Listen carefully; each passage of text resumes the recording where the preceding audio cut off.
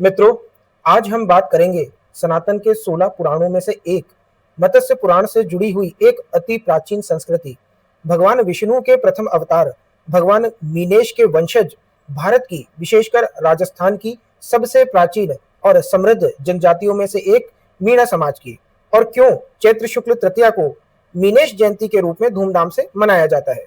Mean पुराण के अनुसार भगवान मीन ने शंखासुर दैत्य का संहार किया और वेदों व ग्रंथों को पाताल लोक से वापस लाकर ऋषियों को सौंपा, जिसके बाद मीणा समुदाय का इतिहास आरंभ होता है। मीणा समाज के लोग भगवान मीन को अपना आदि आराध्य देव मानते हैं।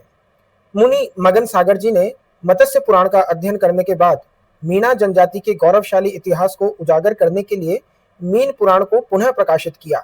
मत्स्य पुराण में वर्णित विष्णु जी के मत्स्य अवतार की कथा के अनुसार भगवान ने प्रलय काल में वेदों और मनु की रक्षा की थी। मीणा समाज स्वयं को इन्हीं मीन भगवान का वंशज मानता है। मीन पुराण का मुख्य आधार मत्स्य पुराण ही है, जो भगवान विष्णु के पहले अवतार से संबंधित है। मान्यता है कि इस पुराण को सुनने या पढ़ने से भगवान विष्णु की कृपा से कीर्ति और आयु में वृद्धि होती है और व्यक्ति के सभी पाप नष्ट होते हैं। मत्स्य पुराण में 14,000 श्लोक और 291 अध्याय हैं। संसार से बुराई को खत्म करने के लिए भगवान विष्णु ने कई अवतार लिए, उनमें से मत्स्य अवतार उनका आदि अवतार है। जानते हैं मत्स्य पुराण की कथा और इससे जुड़े महत्व के बारे में। इनकी कथा इस प्रकार है। एक बार मनु महाराज कृतमाला नदी में स्नान करने गए। वे संध्या वंदन करते हुए सूर्य को अर्घ्य दे रहे थे। तभी उनके हाथ में एक छोटी सी मछली आ गई। वो जैसे ही मछली को वापस नदी में छोड़ने जा रहे थे, तभी मछली ने कहा, महाराज, मुझे यहाँ मत छोड़िए, यहाँ बड़े बड़े जीव जंतु हैं जो मुझे खा जाएंगे। तब मनु महाराज ने मछली को कमंडल में रख लिया और महल ले गए।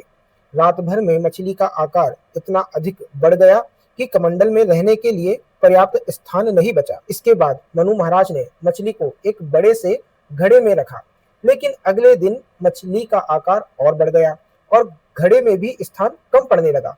तब महाराज ने उसे तालाब में छोड़ने का निश्चय किया। तालाब में छोड़ने के बाद भी मछली इतनी बड़ी हो गई कि तालाब भी कम पड़ गया। अतः मनु महाराज ने मछली को गंगा जी में छोड़ दिया, जिससे वह समुद्र में चली गई।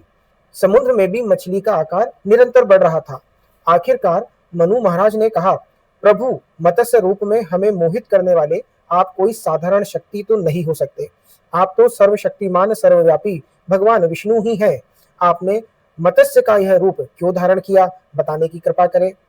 तब मत्स्य रूपी भगवान विष्णु ने कहा, हे राजन, प्रलय का समय नजदीक है और शीघ्र ही पूरी पृथ्वी जलमग्न होने वाली है। आप एक सुदृढ़ नौका बनाकर उसमें रस्सी बांधकर सवार हो जाएं और सप्त ऋषियों के साथ में बीज, भूत, औषधि आदि को लेकर मेरी प्रतीक्षा करें।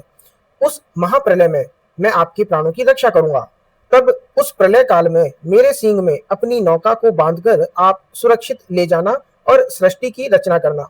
मनु महाराज ने कहा, भगवान, यह प्रलय कब आएगा और मैं सभी जीवों की रक्षा कैसे कर सकूंगा।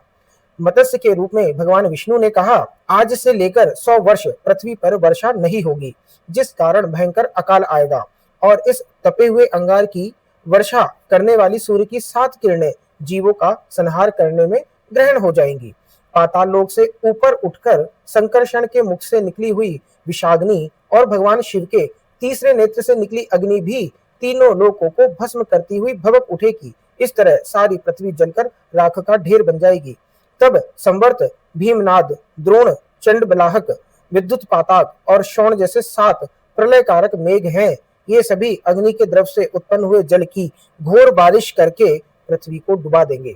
उस समय तुम इस वेद रूपी नौका में सवार होकर समस्त जीवों, बीजों और औषधियों को लाद देना और मेरे द्वारा प्रदान की गई रस्सी से इस नाव को मेरे सींग में बांध देना। इस समय सारा देव समूह जलकर भस्म हो जाएगा, लेकिन मेरे प्रभाव के कारण तुम सुरक्षित रह जाओगे। इस प्रलय में तुम्हारे साथ इस नौका से मैं सोम, सूर्य, चारों लोकों सहित ब्रह्मा, पुष्य तोया, नर्मदा नदी, महर्षि मार्कंडे, शंकर, चारों वेद, पुराण और विश्व यही बचेंगे। भगवान मनु महाराज से कहते हैं, इस प्रलय काल में जब इस तरह से सारी पृथ्वी डूब जाएगी, तब तुम्हारे द्वारा ही फिर से सृष्टि का आरंभ होगा और मैं वेदों का प्रवर्तन करूंगा। यह कहकर भगवान विष्णु मत्स्य रूप में वहीं अंतर्धान हो गए। इसके बाद भगवान के कहे अनुसार बड़ी सी नौका तैयार की और इसमें बीजों तथा औषधियों को स्थापित किया गया। सप्तऋषियों की सहायता से उसे महासागर ले जाया गया। सृष्टि में प्रलय प्रारंभ हो चुका था और धीरे धीरे चारों ओर जल ही जल हो गया। मनु महाराज भगवान के मत्स्य रूप का ध्यान करने लगे और भगवान विष्णु मत्स्य रूप धारण कर प्रकट हो गए। उनके मस्तक पर 2 सींग थे। राजा ने सींग से रस्सी के द्वारा नौका बांधी। मत्स्य रूप में भगवान विष्णु ने प्रलय के समय नौका को ढोते हुए मनु महाराज की रक्षा की और उसी समय राजा सत्यव्रत और सप्त ऋषियों की धर्म कथा सुनाई। यही धर्म कथा मत्स्य पुराण के नाम से जानी जाती है। प्रलय के अंत होने के समय भगवान ने हयग्रीव असुर का वध कर उससे वेद पुनः वापस लिए और ब्रह्मा जी को सौंप दिए। इस तरह धीरे धीरे जल का प्रवाह कम होने लगा और पृथ्वी दिखने लगी। राजा सत्यव्रत ने जो बीज औषधि रखे थे उससे धीरे धीरे पूरा संसार भर गया।